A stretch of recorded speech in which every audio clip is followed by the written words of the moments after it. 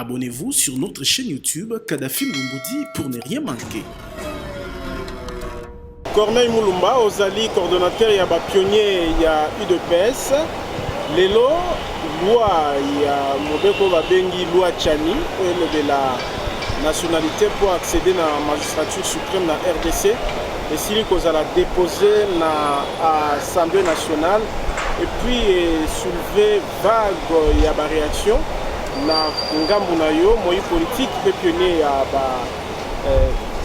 UDPS réaction la bino zani. Écoutez, réaction du bosso est que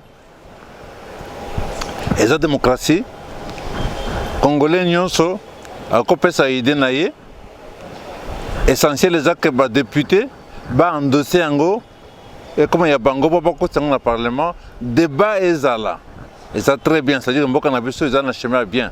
On a évolué dans le cadre de la démocratie. On est à Liboso. Il y a mis balé. Situation va payer nous sommes de mon côté. Beaucoup on a biso tous en guerre. Officiellement, beaucoup on a biso indépendants, mais en réalité, très bien d'engenini, paya, américain, belge, français, on a quatre on a biso chaque jour dans nous sommes tous là. Donc, et ce guérito se protéger. Quand ce projet d'engenini bien sûr, vous avez un volet militaire, mais vous avez aussi bien que vous utilisez les Congolais, les marionnettes de Bango, donc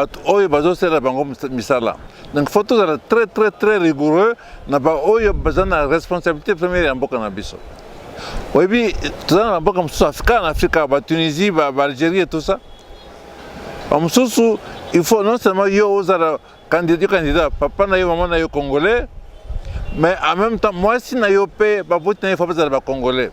Aux gens en Afrique, au nord de l'Afrique, il faut exiger que le grand-père n'a pas la nationalité. Donc, ça veut dire que tout le monde a intérêt à cause très rigoureux dans le bateau, parce qu'on a besoin de niveau l'écolo. Et c'est le côté nationalité, mais aussi côté moralité, qui vont côté esprit de patriotisme dans le secteur rebelle, il faut être très rigoureux pour que la peine va résultat bien dans le cannabis. Donc, Corneille Moulumba, Aza pour loi Wana, c'est ça?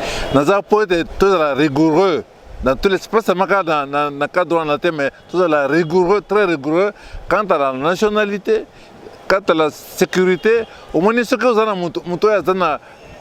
comment on dit, un peu dedans, un peu dehors. C'est plus facile.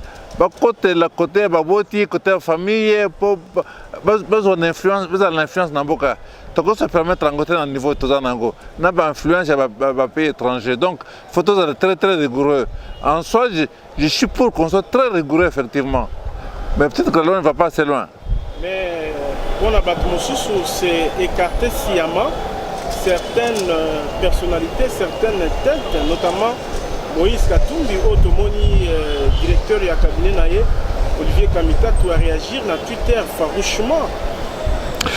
Ndegonanga, ce qui n'a pas de tu commis comme ça la loi, en fonction, il y a un individu, tu as des ce qui est un individu, parce qu'un terrain de Bango est cause de la concernée, parce que modifier la loi en boca, tu as pas de donc, pour Nangai, Japon, na landi na tangi titre wana ya nani ya Moïse ya nani ya Olivier Kamita tuté mais principe exact que esengeli tous très très très rigoureux na bateau yo bateau dirigeant pour cannabis et ça la côté nationalité mais c'est la cause na congolais mais qu'est-ce qui se passe? Ce qui va constater que trahir Mboka. Ce qui tu constates que aux autres qui enterré Mboka. Ce qui te montre que aux autres Mboka sont en danger. Et réaction il faut des réactions très très très sévères. Donc pour l'engager loi il faut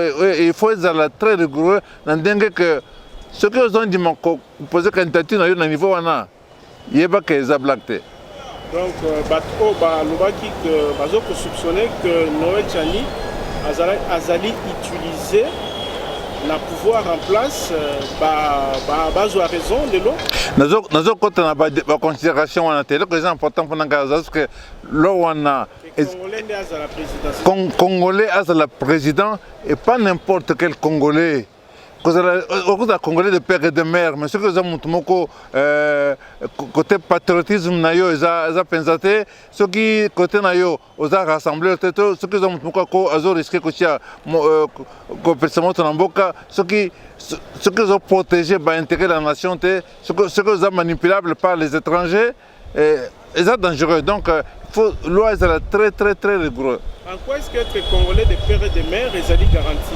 Il y a il faut qu'on aille plus loin. Loi est une opportunité. Doit être comme dans le Parlement. Mais le Parlement, pour profiter, tout exigence, exigence pour être comme président. Toute exigence pour la gestion de votre campagne. Ce qui vous a opposé acte contre les intérêts du peuple congolais, contre les intérêts du Congo. Ce qui vous a touché l'intérêt en Boka. Ce qui vos services étrangers besoin de manipuler. Il faut que vous soyez très très sévère. Donc, au-delà de Congolais de père et de mère, il y a des critères, tous les critères, pour tous la présence très très rigoureux. Entrée au lobby que Mboka na biso ezali pratiquement état fragile, la guerre est à tout moment, mais n'est-ce pas que pour écarter, selon réaction, il y a Batumoussous pour écarter Batumoussous sur la course présidentielle à Makassi, ils ont peu d'éléments et quand il y a frustration pour la commande à la réaction indécente, la réaction à ma paix, dans le sens où il y a des déstabilisés.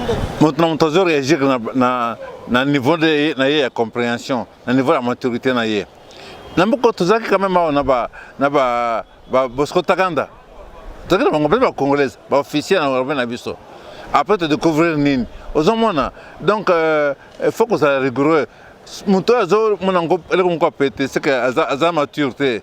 Nazo relever à ba conditions. Ce qui yo sont capable ya kotia moto na mboka parce que critères eux ils ont nazo convenir yoté. C'est que vous avez mérité, c'est que vous êtes dangereux pour Namboka. C'est tout. Critère pour ça, l'ango pour l'individualité, critère pour ça, l'ango pour la bâtonnion. Donc, c'est simplement que, et seulement démocratiquement, et comme on a parlement, va débattre encore dans le parlement. Une fois que le parlement a adopté, tout ça va républicain, tout ça va démocrate, tout appliqué, c'est tout. Donc, s'il faut qu'on recommande les députés nationaux, donc la population et un acteur politique. Le coordonnateur il y a pionnier à de presse Corneille Moulumba pour encourager les députés à voter loi wana to basala bongo. Il faut pas débattre loi, on a bien avec sérieux, avec rigueur. Batia mato ekoleka na bato baza intéressé te. On y a liboso. Batala ndenge nini ko renforcer ba critères oyo sengeli po okoma mukonjamboka Congo. RDC c'est n'importe quoi te. Il faut tous la penser très très rigoureux et puis to prévoir des sanctions très sévères pour na muto ya sakani l'intérêt ya mboka. Merci. Abonnez-vous sur notre chaîne YouTube Kadhafi Moumoudi pour ne rien manquer.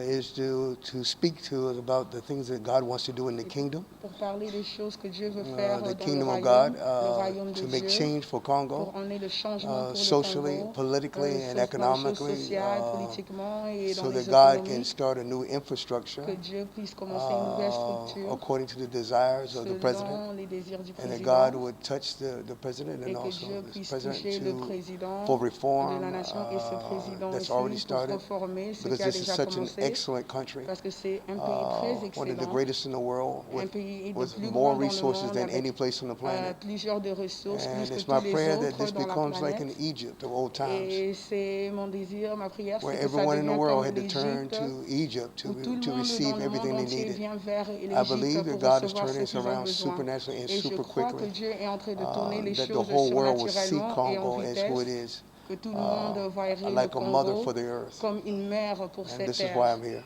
Voici For ma 17 raison years, d'être I've been là. trying to get here. Ça fait 17 ans que And this j'essaie great de man of venir God au has Congo. opened the door, Et and this great man of God ce grand homme de Dieu ici qui a to ouvert la release a porte, message et, I've been holding for almost l'homme de 20 Dieu qui a years. ouvert la porte. So it's my great honor to Alors be c'est un here, grand honneur d'être là, to be received, and I d'être, thank God that this will not be que the vous m'avez last, reçu, et je remercie que ce that ne we soit can pas ma dernière fois, work together in conjunction et qu'on puisse travailler for the work ensemble of the kingdom pour and the work l'œuvre of du Congo royaume et to l'œuvre du construct a Congo new Congo. pour bâtir un nouveau Congo.